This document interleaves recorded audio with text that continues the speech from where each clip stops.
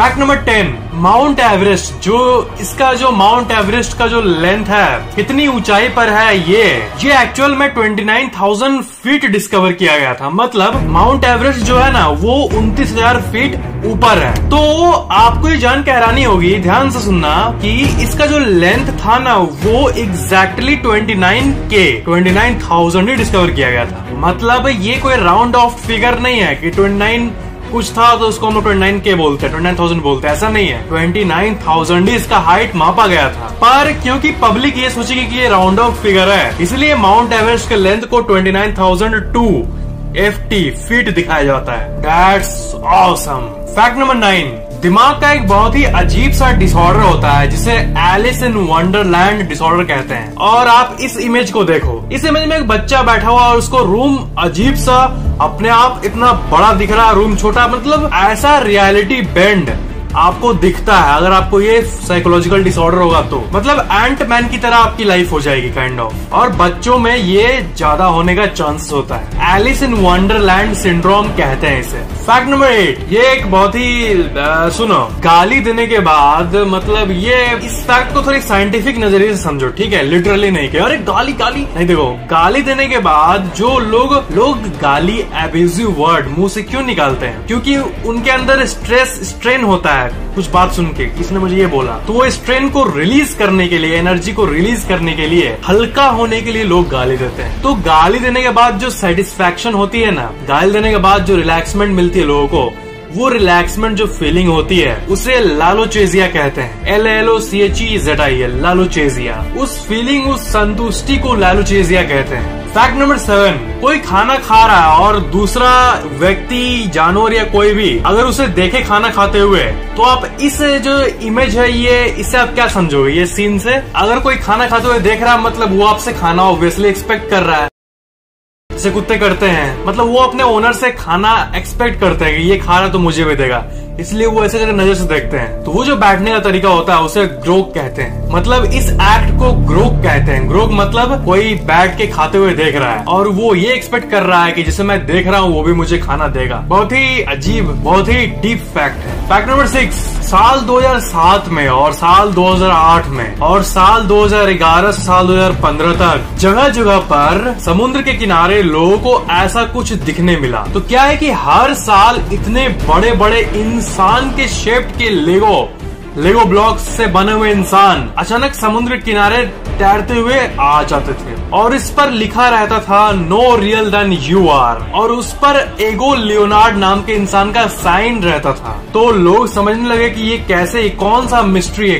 कौन इसे कर रहा है, कौन ऐसे डॉल्स को बनाकर छोड़ दे रहा है समुद्र में, और कौन है ये इंसान एगो लियोनार्ड जो कि ये कर रहा है और दुनिया को मिस्ट्री दे रहा है। तो बाद में और रिसर्च से ये पता चला, लोगों के रिसर्च से, कि ये एक आर्टिस्ट है, पर जिसने भी ये काम किया है और ये हर साल करता है, इतने बड़े बड़े लेगो ब्लॉक्स को बनाकर फेंक देता है, इसकी आइडेंटिटी, इसकी पहचान आज तक अननोन है। और ऑब्वियसली ये उसका असली नाम नहीं है, ये मेड अप नेम है, एगो लियोनार्ड। आप अपने स्क्रीन पर जो देख रहे हो ऐसे लेगो ब्लॉक्स बहुत बार हर साल पाए गए हैं। फैक्ट नंबर 5, ये समझो आप, अगर आपका बर्थडे 29 तारीख को पड़ेगा फरवरी के महीने में, तो क्या है कि नॉर्मल जो साल होता है उसमें फरवरी महीने में 28 दिन होते हैं, पर जो लीप ईयर होता है, स्पेशल ईयर, जो कि हर 4 साल में एक बार आता है और 2020 में आने वाला है, तो उसमें फरवरी में 29 दिन होते हैं। तो आपका बर्थ डेट, अगर आप बाई चांस 29 फरवरी को पैदा होते हैं लीप ईयर में, तो इसका मतलब आप हर 4 साल में एक बार अपना बर्थडे मना पाते हैं।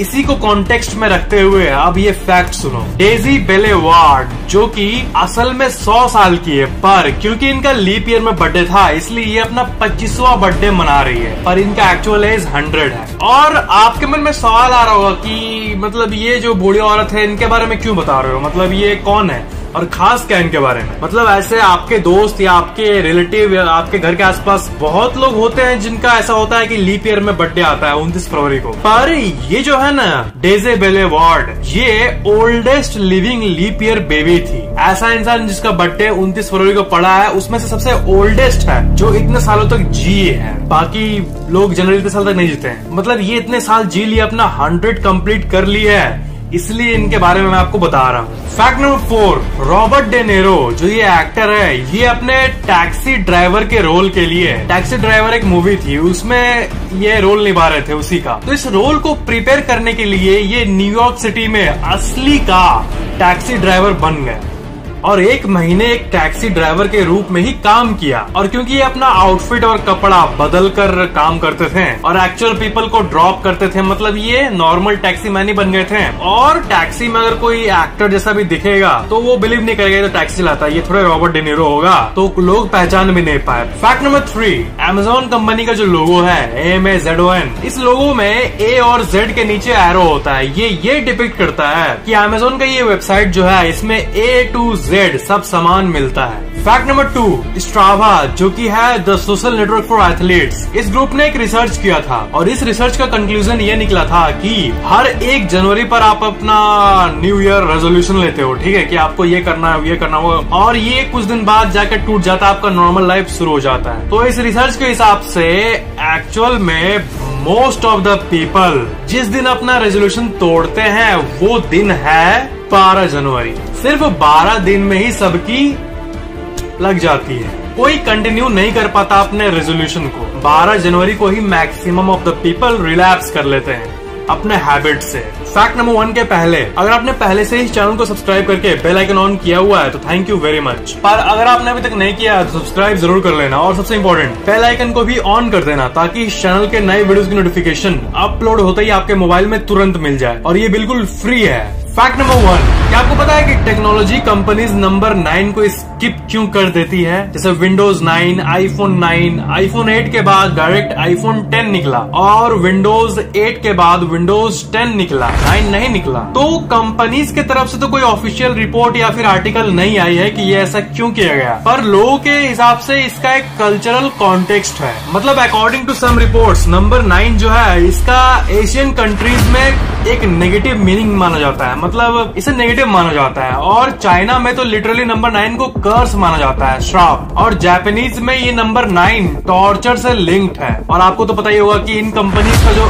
एशियन जो मार्केट है उसको ये नजरअंदाज नहीं कर सकते क्योंकि यहाँ बहुत लोग हैं इनके प्रोडक्ट को खरीदने वाले, तो इसलिए ये अवॉइड की है इस 9 नंबर को। ये थी पहली थ्योरी और ये थोड़ी डिबेटेबल है, बहुत लोग एग्री करेंगे और बहुत लोग नहीं करेंगे। और एक थ्योरी है, सेकंड थ्योरी, जो कि सब कोई काइंड ऑफ एक्सेप्ट कर सकता है इस बात को। क्या है कि विंडोज 9 जो है ना, मतलब विंडोज का जो यूनिवर्स है, विंडोज का यूनिवर्स शुरू हुआ था 95, विंडोज 98, विंडोज 2003 XP, विस्टा 7। तो जब विंडोज 95 जो है ना उसे शॉर्ट में, मतलब वो 9 से लिंक्ड था, जो विंडोज का रजिस्ट्री था उसका रजिस्ट्री नेम वो 9 ही था, मतलब विंडोज 98 जो था उसका रजिस्ट्री नेम विंडोज 9 था, 9 है, 99 है, इसीलिए तो उस चीज के साथ ये कॉन्फ्लिक्ट ना करे इसलिए विंडोज 10 को डायरेक्टली निकाल दिया गया। ये थोड़ा टेक्निकल एक्सप्लेनेशन था। और आईफोन 10 को इसलिए निकाल दिया गया, इसका एक ऑब्वियस सा